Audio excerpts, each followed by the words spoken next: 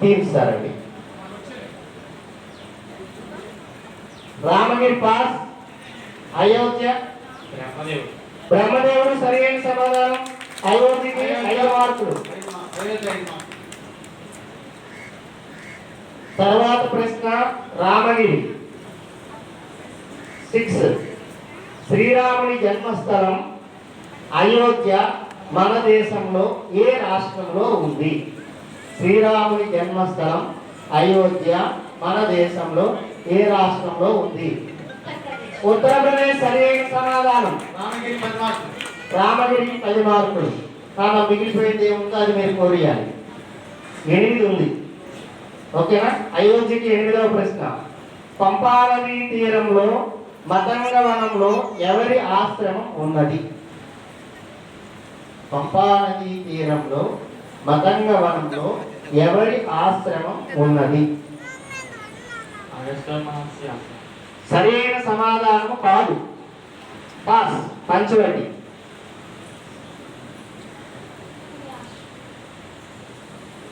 పంపానదీ తీరంలో మతంగవనంలో ఎవరి ఆశ్రమం ఉన్నది? సరైన సమాధానం కాదు. మిథిల.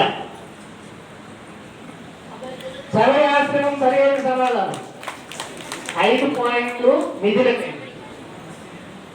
ఇక్కడతో 1వ రౌండ్ పూర్తయింది.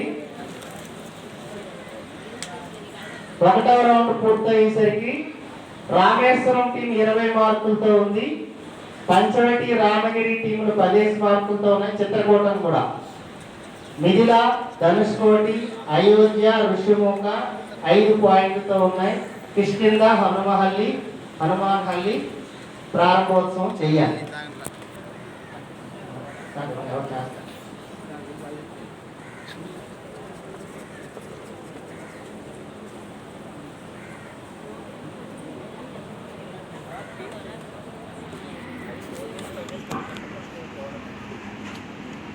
రెండవ రౌండ్ భాగ్యం కూడా నాకే కలిగింది. కాబట్టి ఎవరైతే అక్కడ ప్రారంభోత్సవం చేయలేదో వాళ్ళు చేయవలసిందిగా కోరి 15. అయోధ్య టీంకి 15వ ప్రశ్న. గంగా తీరంలో గల ఆటవిక ప్రాంతము ఏది? గంగా తీరంలో గల ఆటవిక ప్రాంతము ఏది?